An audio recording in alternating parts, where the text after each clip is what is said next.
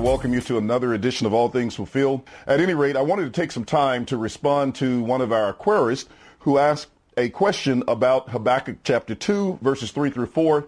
And this was regarding the phrase, in a little while.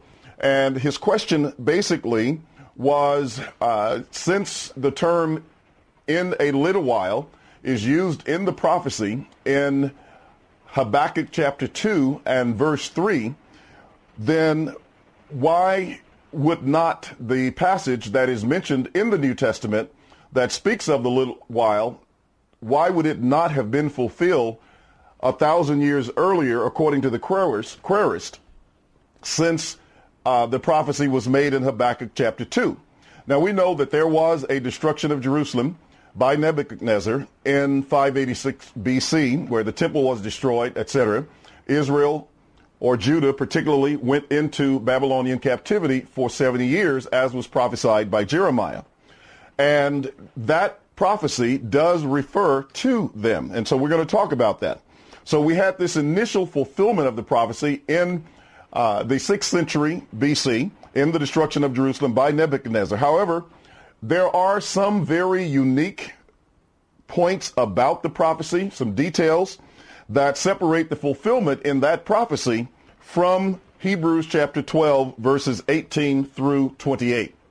And if you notice Hebrews chapter 12, verses 26 through 27, it says, for yet once more, it is a little while, or yet once more. Actually, that phrase is mentioned in Hebrews 10 and verse 37. In a very, very little while, he who is coming will come and will not delay.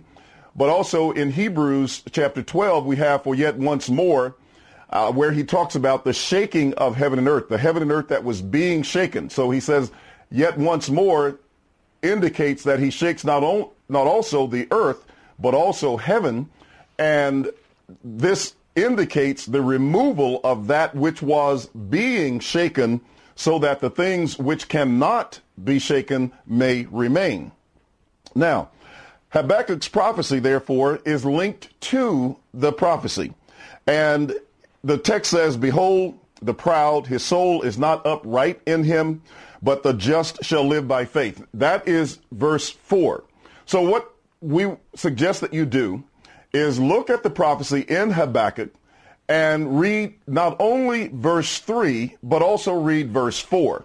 Now, the reason I bring this to mind is to point out that Habakkuk chapter 2 and verse 4 is quoted in the New Testament. It's the phrase that says, the just shall live by faith.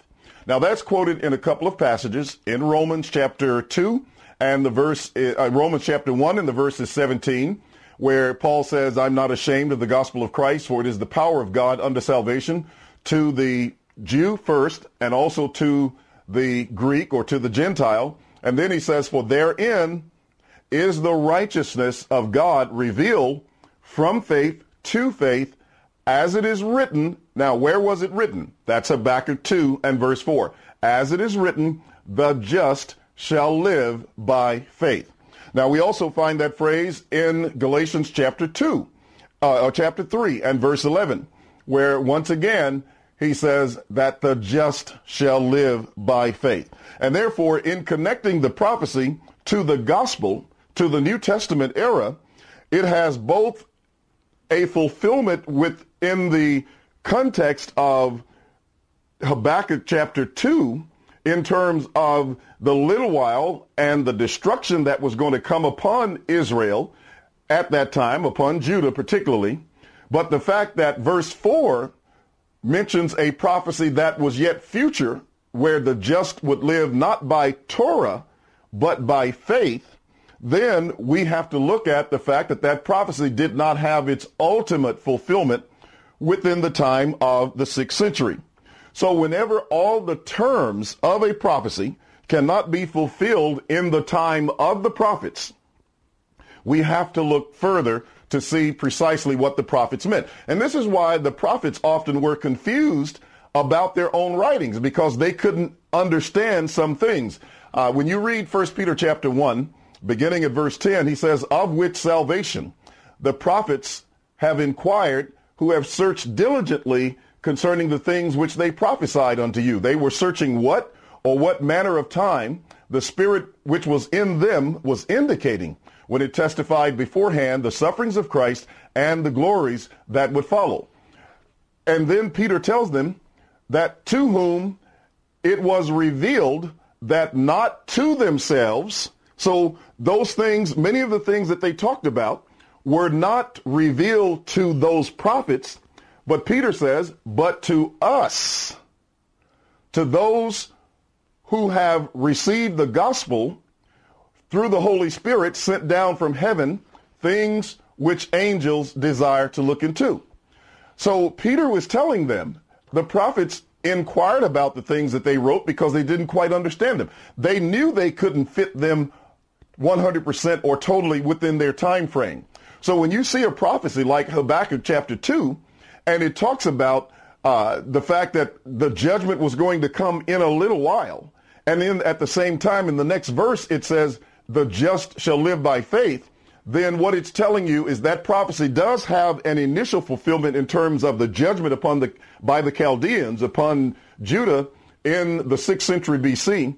But the very fact that it talks about the just shall live by faith, and that does not occur until the time of the gospel after Jesus has died and the gospel is being preached, being therefore the terms by which God accepts man, then we have to see that the ultimate fulfillment of the prophecy does not occur until the time of the last days. That's why the phrases are repeated in the New Testament to show here is the ultimate fulfillment of these prophecies.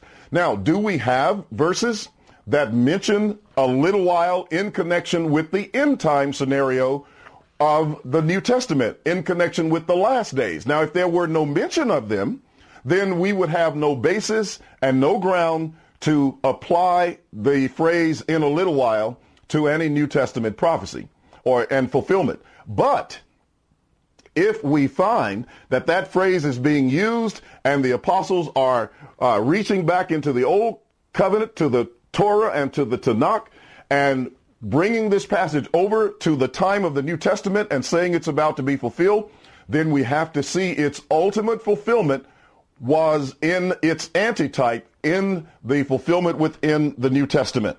So let's look and see whether or not the phrase in a little while has an eschatological or end times significance in the New Testament that would show that its ultimate fulfillment would come in the destruction of the temple by the Romans. So I'm going to mention why this is significant a little bit later on, but in the meantime, then check out some of the texts in the New Testament which are associated with the little while.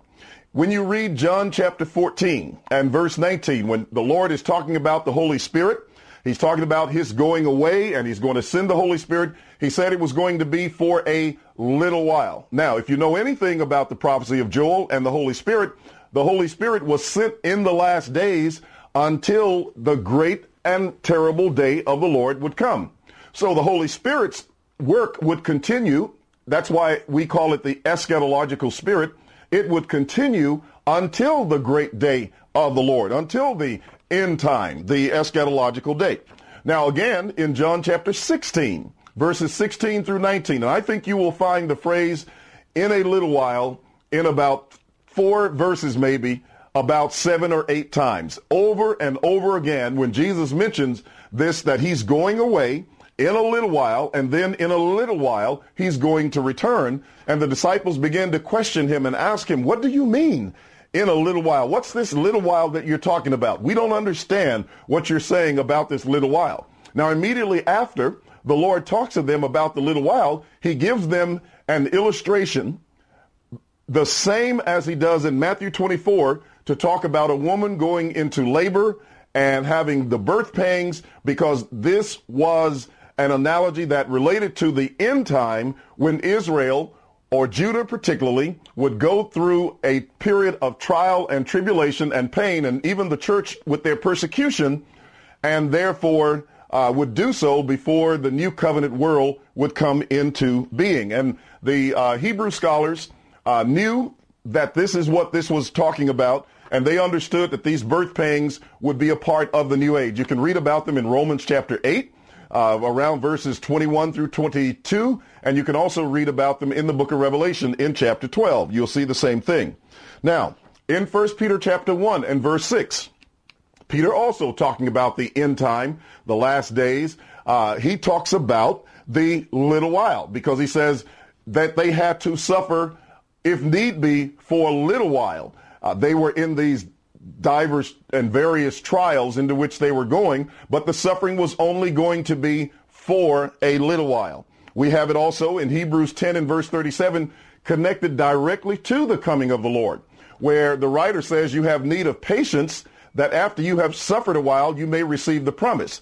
And then he says in Hebrews 10 and verse 37, he said, for he who is coming will come and will not delay. But when? The first part of the verse says, in a very, very little while. It's very emphatic, very precise. The words used there are mikron, hosan. And it is in a very, very little while. So very precise, very specific about the fact that the Lord was going to return in a little while. That's what he told the disciples in John chapter 14, verse 19, and John chapter 16, verses 16 through 19. And Peter alluded to it, which I talked about in my 2 Peter video. So I would refer you to go back there and look at those as well. So here we are in Hebrews 10. But then when you look in chapter 12, verses 26 through 27, you see where he talks about the end of heaven and earth. And he says, for yet once more, I will shake the heavens and the earth. And he says this once more indicates the removal of those things that are being shaken. So there was an end of a heaven and earth that was taking place at the time. Now, when he quotes the text from Haggai, because that's where this yet once more is taken from. It's taken from the 2nd chapter of Haggai. And you have basically the same thing in the book of Haggai. But in Haggai, he mentions in connection with the once more, where he was going to shake not only the earth, but also heaven. Haggai says it was going to be in a little while. That means we have to take the term little while from Haggai and apply it within the prophecy, because that's the one that he's quoting in Hebrews chapter 12. And as we've seen, he's already used it in Hebrews chapter 10 and verse 37. So Habakkuk 2, 3, and 4, but also in Haggai chapter 2, 6 through 8, in connection with the shaking of heaven and earth. And the fact that the heaven and earth that he was talking about was already being shaken. In other words, the destruction of that heaven and earth was already in progress. He couldn't have been talking about a material world, a physical world. He was talking about the covenantal world of national Israel, the covenantal world of Israel who clung to the law, who kept the law and refused to accept the gospel. This is what he was talking about. Now, so from that perspective, we can see that, and let me give you one other text, in Revelation chapter 6 and verse 11, when the souls were under the altar, they cried out to the Lord, Lord, how long will you not avenge our blood by those who have persecuted us on the earth? And he said that they were to rest for a little while until their fellow servants, their brethren, had been killed just as they were. So the period of persecution hadn't quite run its course. It was going to continue for a little while, and then after that little while, the Lord was going to return. So we cannot discredit this little while. It's mentioned too many times in the New Testament in association with the eschatological spirit, the coming of the Lord, the coming destruction upon Jerusalem, and the end of a heaven and earth, and even in the retribution, the vengeance that was going to come upon those for persecuting the saints and for crucifying the Lord. And therefore, it places it within that time frame, and we have to see that connection. So Habakkuk 2:4 has to be taken into the New Testament as well. Now, the next thing that we want to point out is, and we've already said it, that it talks about the removal of that which was being shaken, and that's Matthew 24:35, Matthew chapter 24 and verse 29 as well, when he talks about the sun, the moon, and the stars would not give their light, the stars would fall from heaven, etc. Now, that language is taken straight from Isaiah chapter 13, verses 10 through 13, when it was a reference to Babylon. It's very, very interesting that it's quoted in Matthew chapter 24, verse 29, which also incorporates the prophecy of Joel, because Joel talked about the sun shall be turned into darkness and the moon into blood before the great and terrible day of the Lord come. But when we see that occurring, we have a connection with Babylon, and that's one of the reasons why the book of Revelation talks about mystery Babylon. He's drawing a text from that very context to show that it also applied to Jerusalem. And you can see in Revelation chapter 6 also that he talks about the rolling up of heaven as a scroll, right in that same context where we just finished talking about the little while time frame for the persecution of the saints. So when we look at these passages, we can see that the fulfillment was going to take place ultimately in the New Testament time. And when we understand that the temple of which Haggai spoke, when he said the glory of this latter temple shall be greater than the former, he was talking about the temple as a result of the foundation being laid in Zion, which was Jesus Christ. For other foundation can no man lay than that which is laid, which is Jesus Christ. He is that sure and tried stone of Isaiah 28, verse 16, 11 through 16. And also we find that Acts 4:11, neither is there salvation in any other. Why? Because that was the stone which the builders rejected, the same which had become the head of the corner. That's the foundation that was laid in Zion, the true foundation, which was Jesus Christ. And the temple, the new temple, the spiritual temple, was built upon the foundation of the apostles and prophets, Jesus Christ himself being the chief cornerstone. Ephesians 2:19 through 22, and also 1 Peter chapter 1, verses 3 or 4 down through about verse 8. Now, the most significant part, which shows that the in a little while cannot be restricted to the time of the 6th century when Nebuchadnezzar destroyed Jerusalem, is that the events of Hebrews chapter 12 are about the change of the covenant. This is what makes it different from the event in in Habakkuk chapter 2, verse 3, and also in Haggai chapter 2, in terms of anything being fulfilled in the 6th and 5th centuries before. It is because Hebrews chapter 12 places this in the context of the removal of the covenant. Now, if you've been following these videos on Confused Worlds of Futurism, then you will know that I have discussed at length the foundation laid in Zion and the